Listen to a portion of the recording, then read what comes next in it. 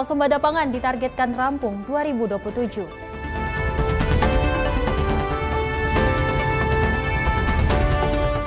Menko Infrastruktur usulkan tambahan anggaran.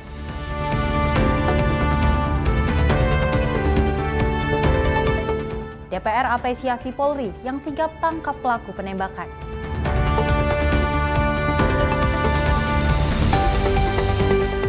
DPR RI sahkan pimpinan dan Dewas KPK periode 2024 hingga 2029.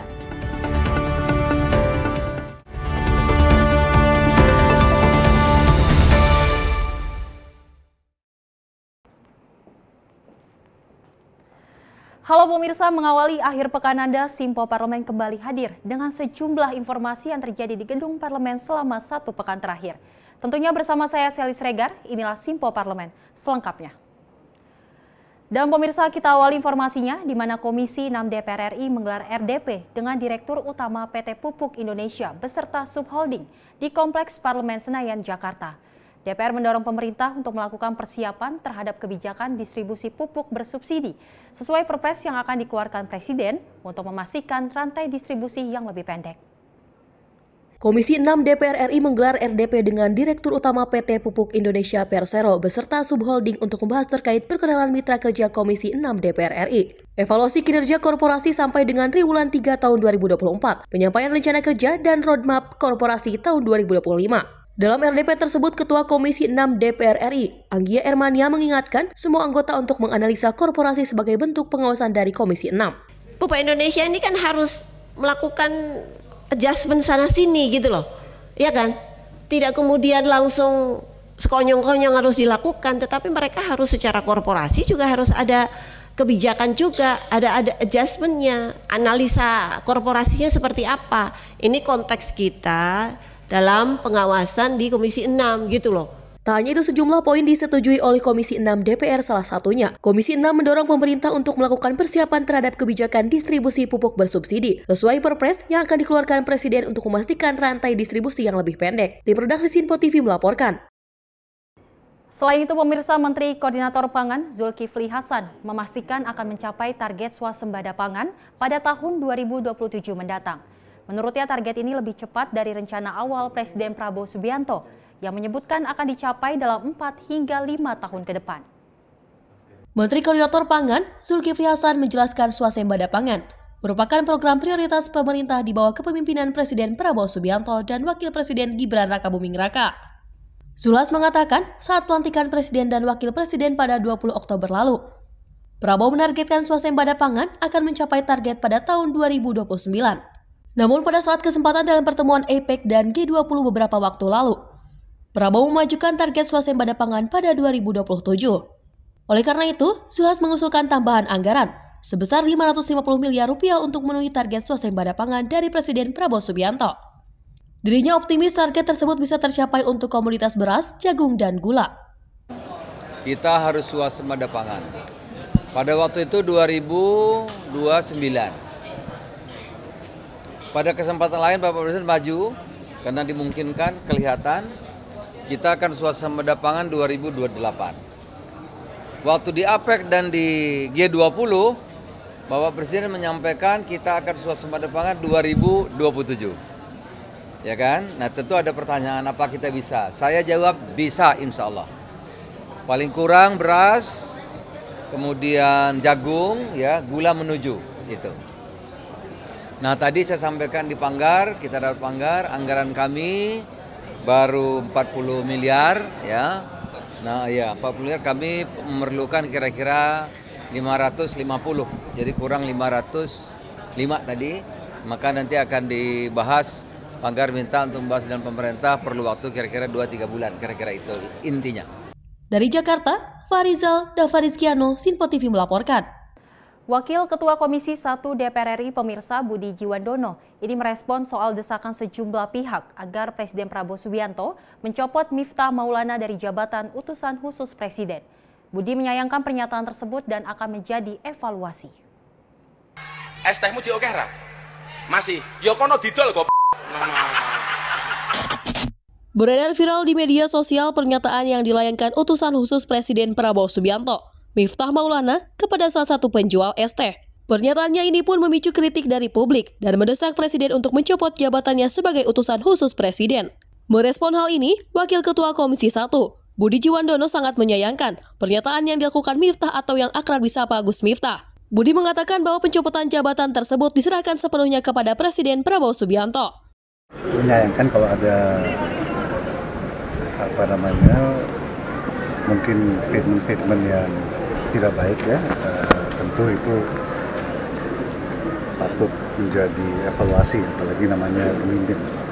Ya, tapi apapun itu kita serahkan ya ke keputusan-keputusan kalau ada,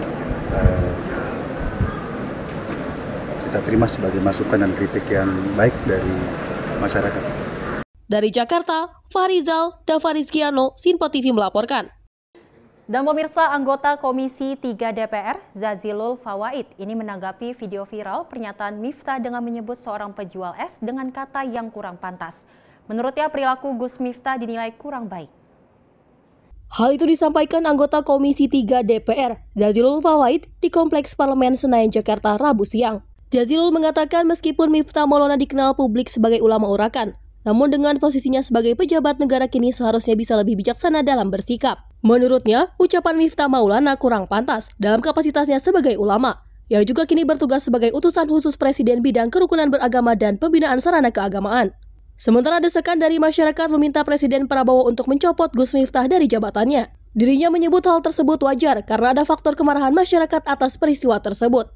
Ya mungkin lepas kontrol saya ya, karena Gus Miftah ini kan dikenal kiai yang uraan ya, kiai yang tempat-tempat yang bisa apa yang disampaikan memang kurang pantas. Saya yakin Gus Miftah juga tahu itu, tapi mungkin kepleset saja. Tetapi jangan juga diumbar di depan publik ketika menghadapi orang yang lemah, pasti publik nggak suka. Itu bukan urakan itu apa ya? Ya naif lah. Ya setiap orang boleh kan menyampaikan pendapatnya, apalagi orang sedang geram. Ya, kita nggak bisa melarang. Dari Jakarta, Farizal Davarizkiano, Sinpo TV melaporkan. Pemirsa, informasi lainnya akan kami hadirkan usai jeda, tetap bersama kami.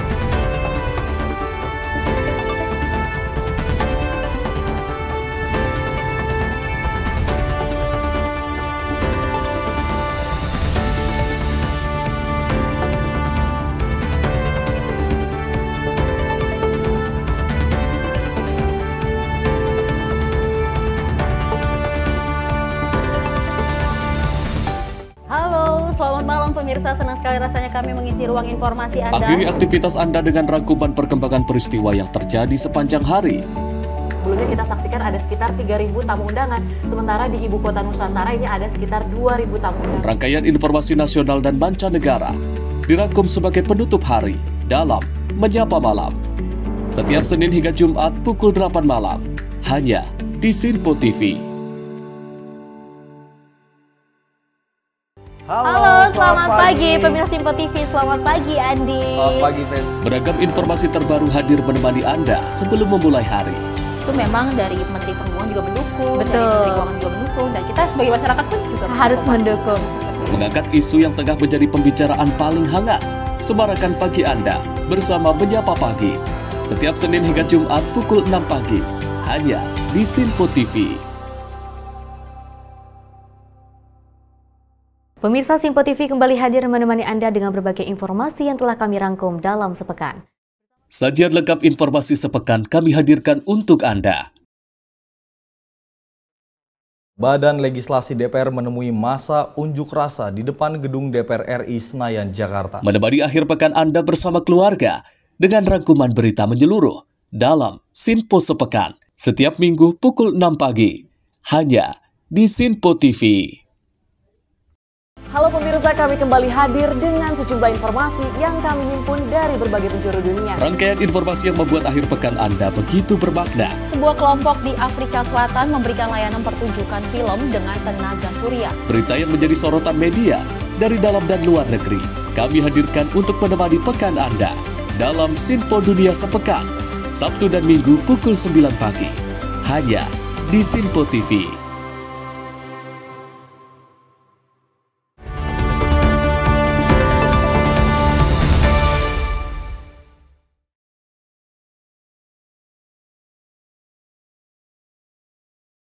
Terima kasih pemirsa, Anda masih menyaksikan Simpo Parlemen di Simpo TV. Dan Badan Anggaran DPR RI menggelar rapat kerja dengan 7 Menteri Koordinator dari Kabinet Merah Putih di Kompleks Parlemen Senayan, Jakarta untuk membahas rencana kerja anggaran pada RAPBN tahun anggaran 2025. Dan Ketua Banggar DPR RI Said Abdullah ini mengatakan pihaknya akan mendukung sepenuhnya rencana kerja anggaran untuk menunjang kerja-kerja, koordinasi dan sinkronisasi antar kementerian dan lembaga agar segera bisa berjalan dengan baik. Badan Anggaran DPR RI menggelar rapat kerja dengan 7 Menteri Koordinator dari Kabinet Merah Putih di Kompleks Parlemen Jakarta untuk membahas rencana kerja anggaran pada RAPBN tahun anggaran 2025. Ketua Banggar DPR RI Said Abdullah mengatakan pihaknya akan mendukung sepenuhnya rencana kerja anggaran untuk menunjang kerja-kerja koordinasi dan sinkronisasi antar kementerian dan lembaga agar segera bisa berjalan dengan baik, khususnya dalam 100 hari kerja pemerintah. Kami menyadari sepenuhnya bahwa tugas berat para Menko dalam membantu Presiden mensinkronkan, mengkoordinasi perencanaan, penyusunan dan pelaksanaan serta pengawasan kebijakan di bidangnya masing-masing perlu segera bekerja dalam menjalankan tugas dan fungsinya sehingga target pembangunan jangka pendek 100 hari pemerintah quick win yang sudah dicanangkan oleh Presiden bisa segera terrealisasi dengan baik, terutama program pemberian makanan bergizi gratis, pemeriksaan kesehatan gratis, renovasi sekolah, dan pembangunan lumbung pangan nasional, daerah, dan desa. Kami mendukung sepenuhnya rencana kerja anggaran yang akan disampaikan oleh para Menko untuk menunjang kerja-kerja koordinasi dan sinkronisasi antar kementerian dan lembaga agar bisa segera berjalan dengan baik, lancar, dan efektif. 7 Menko yang hadir dalam rapat kerja ini meliputi Menko Bidang Perekonomian Erlangga Hartarto, Menko Bidang Politik dan Keamanan Budi Gunawan, Menko Bidang Hukum, HAM, Imigrasi dan Kemasyarakatan Yusril Iza Mahendra, serta Menko Bidang Infrastruktur dan Pembangunan Kewilayahan Agus Harimurti Yudhoyono. Kemudian Menko Bidang Pangan Zulkifli Hasan, Menko Bidang Pembangunan Manusia dan Kebudayaan Pratikno, dan Menko Bidang Pemberdayaan Masyarakat Abdul Muhaimin Iskandar. Said mengatakan pagu anggaran untuk setiap kementerian koordinator akan disetujui oleh DPR. Namun, DPR akan mendengar kebutuhan-kebutuhan yang dibutuhkan untuk program kerja. Tim redaksi Sinpo TV melaporkan. Selain itu, pemirsa, Menteri Koordinator Perekonomian Erlangga Hartarto buka suara terkait keputusan kenaikan upah minimum provinsi tahun 2025 sebesar 6,5%. Dirinya mengungkapkan keputusan itu dilandaskan dengan inflasi serta pertumbuhan ekonomi nasional. Menteri Koordinator Bidang Perekonomian Erlangga Hartarto menjelaskan bahwa kenaikan upah minimum provinsi sebesar 6,5% yang diumumkan Presiden Prabowo Subianto berlandaskan pada inflasi dan pertumbuhan ekonomi. Erlangga menyampaikan pemerintah telah melihat struktur biaya di masing-masing sektor jika UMP 2025 naik 6,5%. Formula penetapan UMP 2025 dilihat berdasarkan biaya tenaga kerja yang bervariasi pada setiap sektor. Untuk sektor padat karya, tenaga kerja menyumbang sebesar 30%. Sementara pada sektor non-padat karya, pengaruh biaya tenaga kerja hanya sekitar 15%. Terkait sejumlah pengusaha yang keberatan akibat resiko pada pemutusan hubungan kerja, Menko Perekonomian menyatakan persoalan ini sudah dibahas saat rapat pimpinan nasional Kadin 2024. Menurutnya, kebijakan PHK harus menjadi opsi terakhir yang diambil pengusaha. UMP 2025 kan landasannya baik itu inflasi maupun pertumbuhan ekonomi. Ya, tentu kan kita lihat cost daripada tenaga kerja kan tergantung sektor.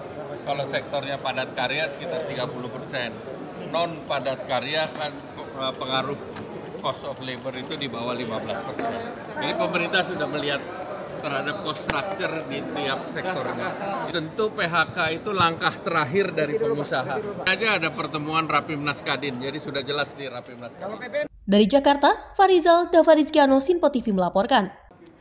Masih dengan Ketua Komisi 3 DPR RI, pemirsa, Habibur Rahman ini mengapresiasi langkah pihak kepolisian di bawah kepemimpinan Kapolri Jenderal Listio Sigit Prabowo dalam respon kasus bawahannya. Menurutnya, pihak kepolisian berhasil menjalankan fungsinya dengan mengusut tuntas kasus yang melibatkan anggotanya di Solok Selatan dan juga Semarang. Hal tersebut disampaikan Ketua Komisi 3 DPR Habibur Rahman usai menggelar RPD bersama Kapolrestabes Semarang di Kompleks Parlemen Senayan, Jakarta. Habibur Rahman mengapresiasi langkah cepat dari pihak kepolisian yang berhasil menangkap para pelaku yang melibatkan anggotanya. Hal ini menyoroti dalam kasus penembakan oknum polisi di Solok Selatan dan Semarang. Oleh karena itu, ia menyebut di bawah kepemimpinan Kapolri Jenderal Listio Sigit Prabowo, kepolisian saat ini mampu menjalankan fungsinya. Justru ini membuktikan betapa kinerja Pak Listio Sigit bagus sekali. 9 dari 10 kalau saya katakan. Dari 2 kasus ini, dua-duanya ditindak dengan cepat. Ya, pelakunya ditangkap, disidik bukan hanya dalam konteks etik tapi juga dalam konteks pidana. Ya, kami acungi 2 jempol untuk Polri di bawah Pak Listio Sigit. Dari Jakarta, Farizal Davariskiano, Sinpo TV melaporkan. Menteri Luar Negeri Republik Indonesia Sugiono menegaskan Indonesia tak akan bergabung dengan blok militer manapun. Menlu menyebut keberpihakan Indonesia ke salah satu blok militer justru tak sesuai dengan konstitusi dan kepentingan nasional. Menteri Luar Negeri RI Sugiono menekankan posisi Indonesia yang menjunjung tinggi perdamaian dunia. Hal itu ia sampaikan saat rapat perdana dengan Komisi 1 DPR RI usai mendampingi Presiden RI Prabowo Subianto kunjungan kerja ke beberapa negara. Menlu Sugiono berharap Indonesia dapat menjalin kerjasama yang baik dengan para negara tetangga dan negara di sekitar. Tak hanya itu, Sugiono pun mengatakan bahwa Indonesia ingin bersahabat dengan semua negara. Ia kembali menekankan bahwa Indonesia bebas melakukan kerjasama multilateral. Kita ingin menunjukkan posisi kita sebagai bangsa, sebagai tetangga yang ingin baik dengan semua tetangga dan negara-negara di sekitar kita. Kita ingin menjalankan politik luar negeri kita yang bebas dan aktif dalam arti kita tidak bergantung pada blok ataupun fakta militer manapun, namun kita aktif juga menjalin kerjasama dan kolaborasi yang merupakan tema utama dari hubungan luar negeri kita dengan negara-negara tetangga dan baik regional maupun global. Dari Jakarta, tim redaksi Sinpo TV melaporkan. Pemirsa, kami akan kembali usai jeda, tetap di Sinpo Parlemen.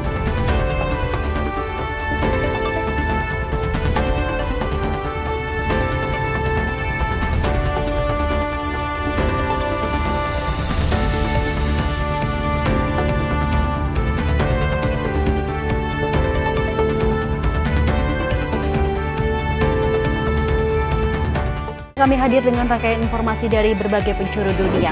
Topik dan isu yang tengah menjadi sorotan mancanegara dikemas dengan lengkap untuk Anda.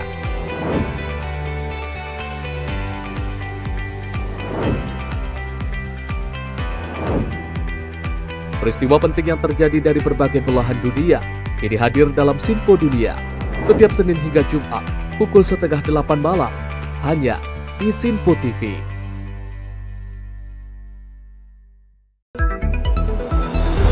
Jadilah yang pertama mengetahui perkembangan terkini seputar informasi dari lembaga parlemen. Punya data nasional, tidak ada satupun backup berarti kan? Tiba-tiba ada putusan yang nggak masuk akal dan seperti ini gitu loh. Kita biarkan rekomendasi kepada KPK, periksa!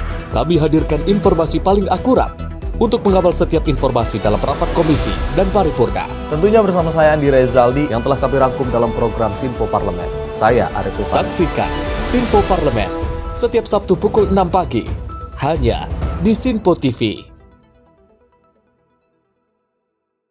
Pemirsa, Sinpo TV kembali hadir menemani Anda dengan berbagai informasi yang telah kami rangkum dalam sepekan. Sajian lengkap informasi sepekan kami hadirkan untuk Anda.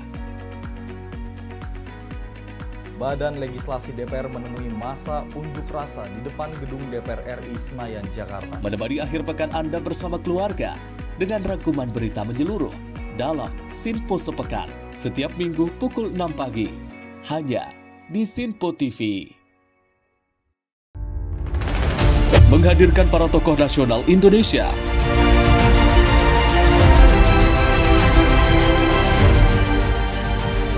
mengulas ragam fakta dan isu terbaru secara mendalam. Pusat data nasional loh. Pusat data nasional, data apa aja masuk ini. Buka satu barang warga itu memang diperlukan. Bincang spesial setiap Sabtu pukul 8 malam hanya di Sinpo TV.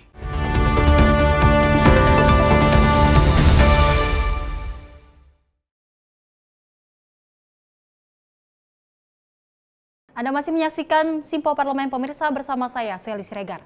Mahkamah Kehormatan Dewan DPR menggelar sidang verifikasi terhadap anggota DPR fraksi PDI Perjuangan, Julius Setiarto, terkait pernyataannya menyinggung aparat mengintervensi pilkada serentak. Dalam hal ini, Julius diberikan sanksi teguran tertulis oleh MKD DPR. Anggota DPR dari fraksi PDI Perjuangan, Julius Setiarto, sempat menyinggung dugaan keterlibatan aparat kepolisian atau dengan istilah Partai Coklat di Pilkada Serentak 2024. Mengenai hal ini, Mahkamah Kehormatan Dewan DPR menggelar sidang verifikasi terhadap anggota DPR fraksi PDI Perjuangan, Julius Setiarto. Ketua MKD DPR Nazarudin Dekgam menyatakan bahwa Julius terbukti melanggar etik melalui pernyataannya yang diunggah melalui media sosial TikTok. Oleh karena itu, Julius diberikan sanksi berupa teguran tertulis. Sanksi ini diputuskan oleh MKD DPR berdasarkan rapat musyawarah yang digelar di Kompleks Parlemen Senayan Jakarta pada Selasa siang. Putuskan bahwa teradu yang terhormat Julius Setiarto SH MH nomor anggota A234 fraksi PDIP terbukti melanggar kode etik dan diberikan sanksi tertulis. Teguran tertulis. Putusan ini ditetapkan dalam rapat musyawarah MKD pada hari Selasa tanggal 3 Desember 2024 yang bersifat tertutup yang dihadiri oleh pimpinan dan anggota MKD dan dibacakan dalam sidang MKD pada hari Selasa tanggal 3 Desember 2024 serta menghasilkan putusan final dan mengikat sejak tanggal dibacakan. Dari Jakarta, Farizal Davarizkiano, Sinpo TV melaporkan. Pemirsa, DPR RI resmi mengesahkan hasil uji kelayakan terhadap calon pimpinan dan Dewan Pengawas Komisi Pemberantasan Korupsi untuk masa jabatan 2024 hingga 2029. Adapun pengesahan tersebut dilaksanakan pada rapat paripurna ke-9 penutupan masa persidangan 1 tahun sidang 2024-2025.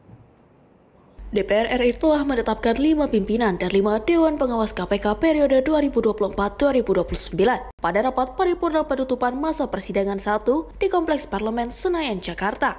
Ketua Komisi 3 DPR RI, Habibur Rahman mengatakan, penetapan pimpinan dan Dewas KPK tersebut telah melalui mekanisme pemilihan atau voting yang dilakukan oleh Komisi 3 DPR. Para calon pimpinan dan calon Dewan Pengawas KPK tersebut juga telah mengikuti serangkaian uji kelayakan dan kepatutan yang digelar oleh Komisi 3. Lebih lanjut, Ketua DPR RI, Puan Maharani berharap para pimpinan dan Dewas KPK yang terpilih ini dapat bertanggung jawab dalam menjalankan tugasnya dan menjaga independensinya selama menjabat. Ya, sudah selesai mekanisme yang ada di DPR. Setelah ini tentu saja akan kami kembalikan bersurat kepada Presiden atau pemerintah.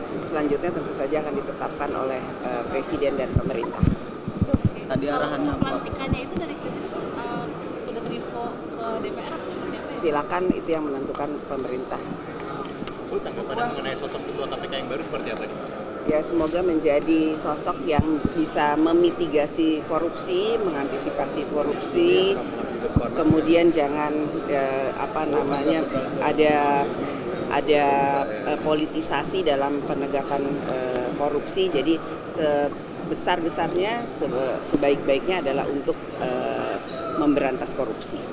Sementara itu, 5 nama pimpinan KPK tersebut diantaranya Setio Budianto sebagai Ketua KPK, Fitro Rohcayanto sebagai Wakil Ketua KPK, Ibnu Basuki Widodo sebagai Wakil Ketua KPK, Johanis Tanak sebagai Wakil Ketua KPK, dan Agus Joko Pramono sebagai Wakil Ketua KPK. Sedangkan 5 nama Dewan Pengawas KPK diantaranya Beni Joshua Mamoto, Cisca Mirawati, Wisnu Baroto, Gus Rizal, dan Sumpeno. Dari Jakarta, Sri Dewi Andayani, Dava Ahmad, Sinpo TV melaporkan. Pemirsa, Ketua KPK terpilih Setio Budianto menyebut akan tetap mempertahankan operasi tangkap tangan atau OTT di bawah jabatannya nanti. Menurutnya OTT merupakan pintu masuk utama terhadap penanganan kasus besar korupsi. Ketua KPK Setio Budianto mengaku eksistensi operasi tangkap tangan atau OTT tetap diperlukan sesuai penyampaian saat proses fit and proper test dengan Komisi 3 DPR. Sementara itu, terkait pelaksanaannya, Budi menekankan penerapan OTT akan dilakukan secara kolektif kolegial di bawah kepemimpinannya. Dia juga menambahkan, dengan formasi lengkap 5 pimpinan KPK, setelah dilantik nanti, masalah OTT juga akan dibahas kembali agar pelaksanaannya lebih selektif untuk menargetkan kasus-kasus besar.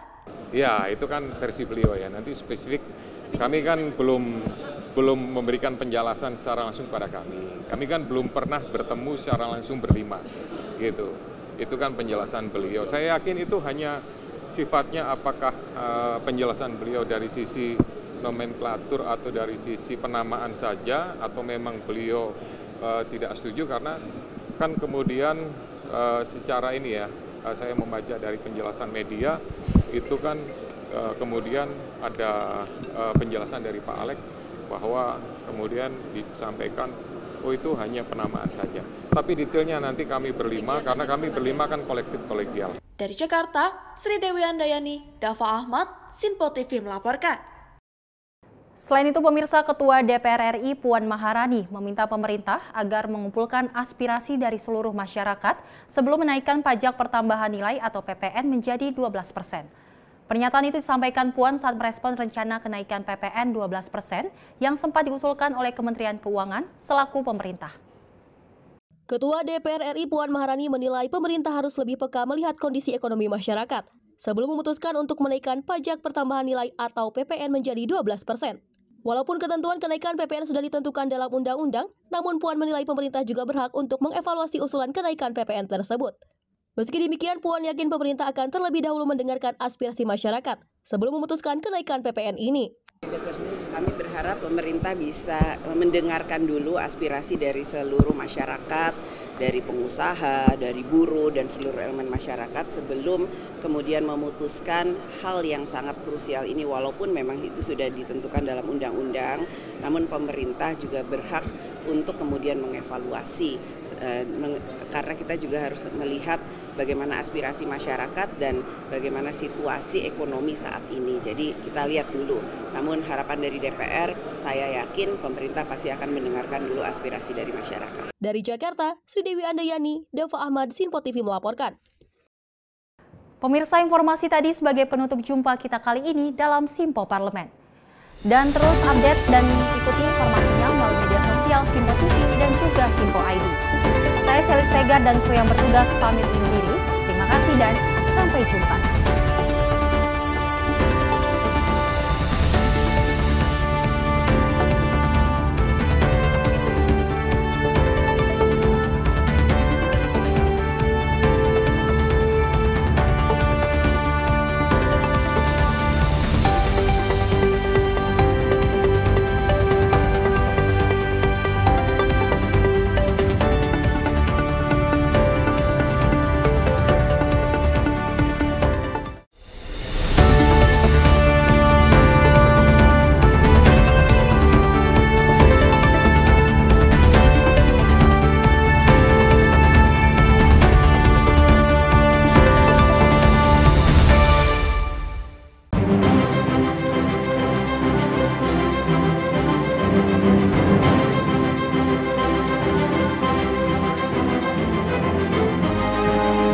Simpo TV, News, Sport, Entertainment.